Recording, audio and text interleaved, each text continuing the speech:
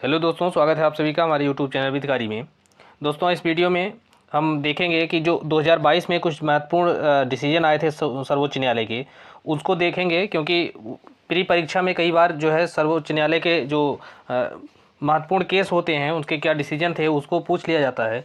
तो खास करके उत्तराखंड और बिहार की जो परीक्षाएं हैं पीसीएसजे की, वो भी करीब हैं और उत्तराखंड में अक्सर हर बार जो है इस तरह के 2-3 क्वेश्चन पूछ लिए जाते हैं जो कि सीधे सीधे करंट जो केस हैं उस पर आधारित होते हैं। तो इसी बात को ध्यान में रखते हुए हम इस वीडियो को रिकॉर्ड कर रहे हैं और पूरी उम्मीद है कि यह जो वीडियो है आपकी तैयारी में कारगर ज़रूर साबित होगा, सहायक होगा। और आप चैनल पे हमारे बने रहने के लिए चैनल को सब्सक्राइब करिए ताकि और भी आपको जो वीडियो है वो मिलते रहें। तो आइए देखते हैं कि 2022 में कौन कौन से केस हैं जो महत्वपूर्ण हैं और उसमें से क्या सर्वोच्च न्यायालय ने क्या निर्णय दिया या क्या गाइडलाइन जारी किया। तो इसमें पहला है बुद्धदेव करमस्कर बनाम पश्चिम बंगाल राज्य। यह 2022 का निर्णय है सर्वोच्च न्यायालय के। तो इसमें जो है सर्वोच्च न्यायालय ने जो सेक्स वर्क है इसके पेशे को मान्यता दिया कि सेक्स वर्क जो है यह एक रोजगार के रूप में अगर कोई अपनाता है तो वह उसका एक पेशा है, उसका व्यक्तिगत पेशा है और उसमें जो है हस्तक्षेप नहीं करना चाहिए राज्य को। और इसे जो है अनुच्छेद 21 के अंतर्गत उसे भी सम्मानित जीवन जीने का अधिकार प्राप्त है जो कि ऐसा जो पेशा है वो उसे अपनाता है। इस मामले में सर्वोच्च न्यायालय ने सेक्स वर्क को एक पेशे के रूप में मान्यता दी और कहा कि सेक्स वर्क की जो वर्कर है उसकी सहमति देने वाला अगर कोई व्यवसायी है तो वह उसे कानून के तहत उसे गरिमामय जीवन का भी वह हकदार है। और UIDAI अर्थात जो आधार कार्ड जारी करने वाला नियामक प्राधिकरण है तो उसको एक प्रोफार्मा प्रमाण पत्र के आधार पर सेक्स वर्कर्स को आधार कार्ड जारी करने और संविधान के अनुच्छेद 142 के तहत निहित शक्तियों का प्रयोग करने का भी निर्देश दिया। इसके अलावा सर्वोच्च न्यायालय ने कुछ गाइडलाइन भी जारी किया है कि जैसे अगर किसी वेश्यालय पर कोई छापा पड़ता है तो संबंधित जो सेक्सकर्मी हैं उनको जो है गिरफ्तार नहीं किया जाना चाहिए और उन्हें दंडित नहीं किया जाना चाहिए या उन्हें अनावश्यक परेशान या पीड़ित नहीं किया जाना चाहिए। दूसरी बात यहाँ सर्वोच्च न्यायालय ने कहा कि पुलिस को सभी यौन कर्मियों के साथ गरिमापूर्ण व्यवहार करना चाहिए और उनसे दुर्व्यवहार नहीं करना चाहिए, न हुई उन पर हिंसा का प्रयोग करना चाहिए। आगे जो है प्रेस काउंसिल ऑफ इंडिया को निर्देश दिया कि अगर ऐसी कोई गिरफ्तारी होती है या कोई छापा पड़ता है तो ऐसी स्थिति में जो सेक्स वर्कर्स हैं उनकी पहचान को जो है गुप्त रखा जाए, उसको प्रकाशित न किया जाए।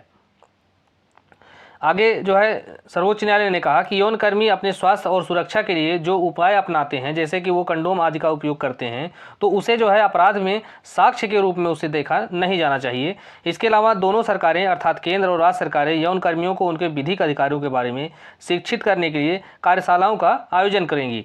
तो यह जो बहुत महत्वपूर्ण केस है और इसको जो है ध्यान में रखना जरूरी है। और नेक्स्ट केस देखते हैं। यह है जनहित अभियान बनाम भारत संघ 2022 का सर्वोच्च न्यायालय का डिसीजन है। इसमें जो है जो संविधान का 103वां संशोधन अधिनियम है इसकी वैधता को इसमें कायम रखा गया क्योंकि इसमें जो है जो EWS रिजर्वेशन है उसकी वैधानिकता को चुनौती दी गई थी इस केस में। तो इसमें जो है उसको कहा कि यह जो संविधान संशोधन है यह वैधानिक है और आरक्षण जो है सामाजिक और आर्थिक न्याय सुनिश्चित करने का एक साधन है। तो यह स्टेटमेंट जो है इतना भी पूछा जा सकता है या केस का नाम पूछ के यह पूछा जा सकता है कि किससे संबंधित है, किस मुद्दे से या किस टॉपिक से।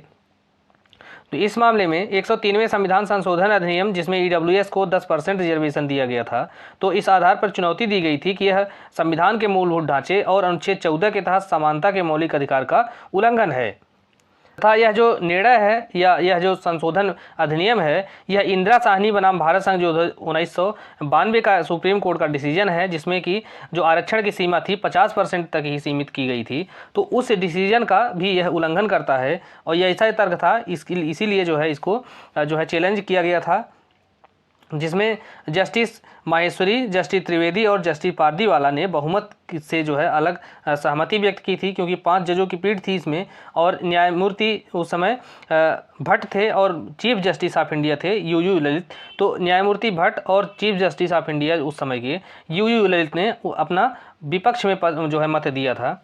हालांकि उन्होंने आरक्षण को अवैधानिक नहीं बताया था, आरक्षण को उन्होंने कहा कि यह ज़रूरी है, लेकिन इनका अलग मत इसलिए था कि क्योंकि EWS रिजर्वेशन में SC ST को बाहर नहीं किया जाना चाहिए, उनको भी शामिल किया जाना चाहिए। अगला जो सुप्रीम कोर्ट का महत्वपूर्ण निर्णय है SG वोमबाटकेरे बनाम भारत संघ। तो इसमें जो है आईपीसी की धारा 124A जो कि राजद्रोह के संदर्भ में जो प्रावधान करती है, राजद्रोह को दंडनीय अपराध बनाती है। तो इस केस में यह डिसीजन दिया गया था कि इसका जो इस धारा का या राजद्रोह का जो अपराध है उसका उद्देश्य था औपनिवेशिक शासन के काल में जो उस समय की आवाज़ थी जनता की, उसको दबाने के लिए इसका जो है निर्माण किया गया था। और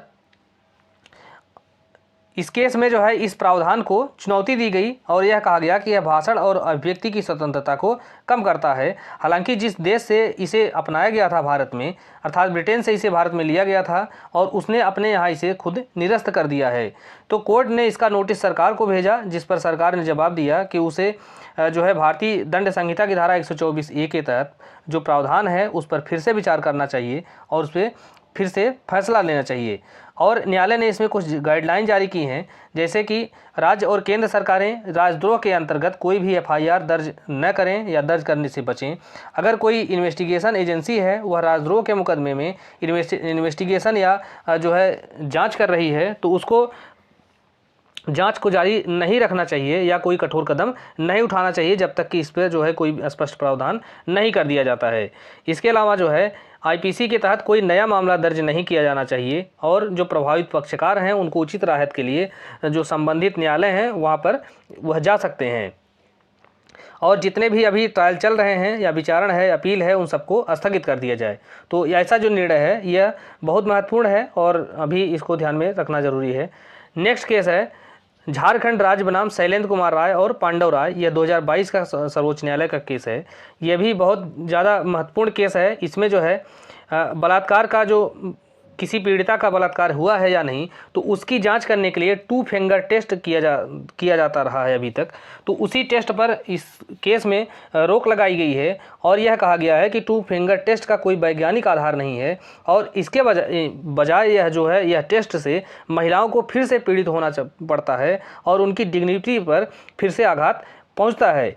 इसके पहले सर्वोच्च न्यायालय ने 2013 में एक डिसीजन दिया था लीलू बनाम हरियाणा राज्य 2013। तो इस मामले में भी जो है 2 फिंगर टेस्ट को महिलाओं की राइट टू प्राइवेसी का उल्लंघन बताया गया था और इसलिए उसी समय इसको प्रतिबंधित कर दिया गया था। हालांकि यह परीक्षण अभी भी जारी की था और इसी के द्वारा जो है 2 फिंगर टेस्ट के द्वारा ही जो रेप विक्टिम से यह चेक किया जाता था कि उसका रेप हुआ है या नहीं हुआ है।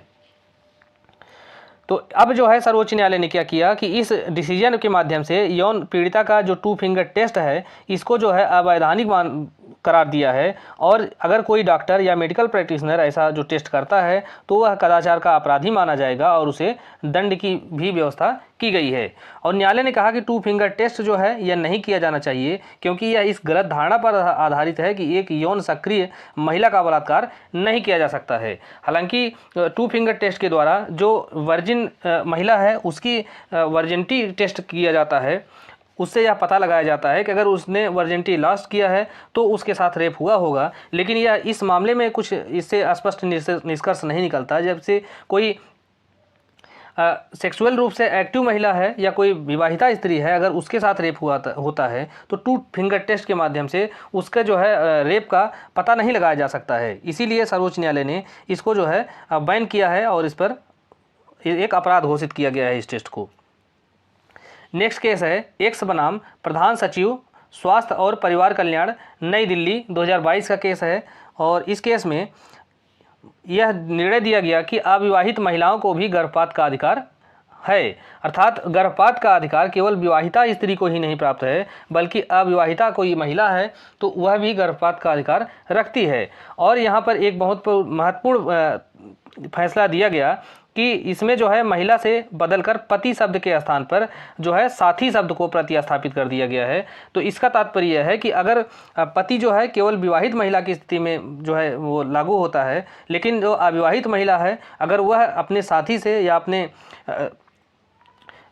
मित्र से अगर वह गर्भवती होती है तो ऐसी स्थिति में वह गर्भपात करा सकती है। और इसके अलावा न्यायालय ने कहा कि सभी महिलाएं जैसे कि तलाकशुदा हो गई, विधवा है, नाबालिग है, विकलांग स्त्री है, मानसिक रूप से बीमार महिलाएं हैं या यौन हमले या बलात्कार के जो पीड़िता है और वह गर्भवती हो जाती है तो ऐसी स्थिति में वह गर्भपात कराने की हकदार है। और यहाँ पर जो टाइम का अधिकतम टाइम है जिसके अंतर्गत वह गर्भपात करा सकती हैं वह 20 से 24 सप्ताह इसको कर दिया गया है। नेक्स्ट है ऐशत शिफा बनाम कर्नाटक राज्य का केस। यह हिजाब मामला जो कि कर्नाटक में अभी बहुत चर्चा में था, इसी केस का नाम है ऐशत शिफा बनाम कर्नाटक राज्य। तो इस केस में कर्नाटक में एक विश्वविद्यालय था, वहाँ पर जो मुस्लिम लड़कियाँ थी उनको हिजाब पहनकर स्कूल में जाने से प्रतिबंधित कर दिया गया था, जिसे सर्वोच्च न्यायालय में चैलेंज किया गया। तो उसमें जो है 2 जजों की पीठ थी, जस्टिस हिमांशु धुलिया की और एक न्यायमूर्ति और थे। तो इन 2 जजों की पीठ के द्वारा यह निर्णय दिया गया था, जिसमें न्यायमूर्ति सुधांशु धुलिया ने कहा कि यह पसंद की बात है, न इससे कम और न इससे ज़्यादा। अर्थात यह लड़कियों की अपनी व्यक्तिगत पसंद है कि वह जो है किस प्रकार के कपड़े वहाँ पर पहन के जाएंगी, अर्थात हिजाब पहन के जाएंगी या नहीं जाएंगी, या उनकी जो है पर्सनल चॉइस का मामला है।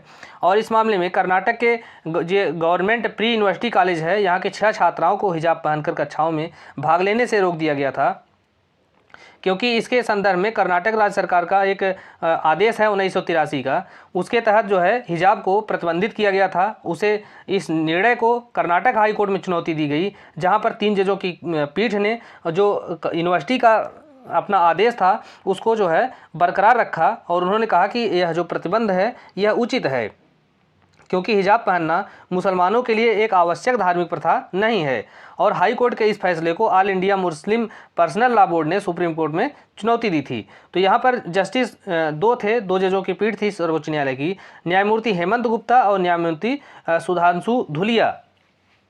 तो इन्होंने जो है इस मामले में सुनवाई किया है, और जहां पर यहाँ पर जो है जस्टिस हेमंत गुप्ता ने कर्नाटक उच्च न्यायालय के फैसले की पुष्टि की और कहा कि यह जो प्रतिबंध है वह बरकरार रखा जाना चाहिए। वहीं पर जस्टिस धुलिया ने इसके विपरीत फैसला सुनाया, और उन्होंने कहा कि यह जो है पर्सनल चॉइस का मामला है लड़कियों की, वो अपना हिजाब पहन के जाती हैं या नहीं जाती हैं। नेक्स्ट केस है जैकब पुलियल बनाम भारत संघ 2022 का।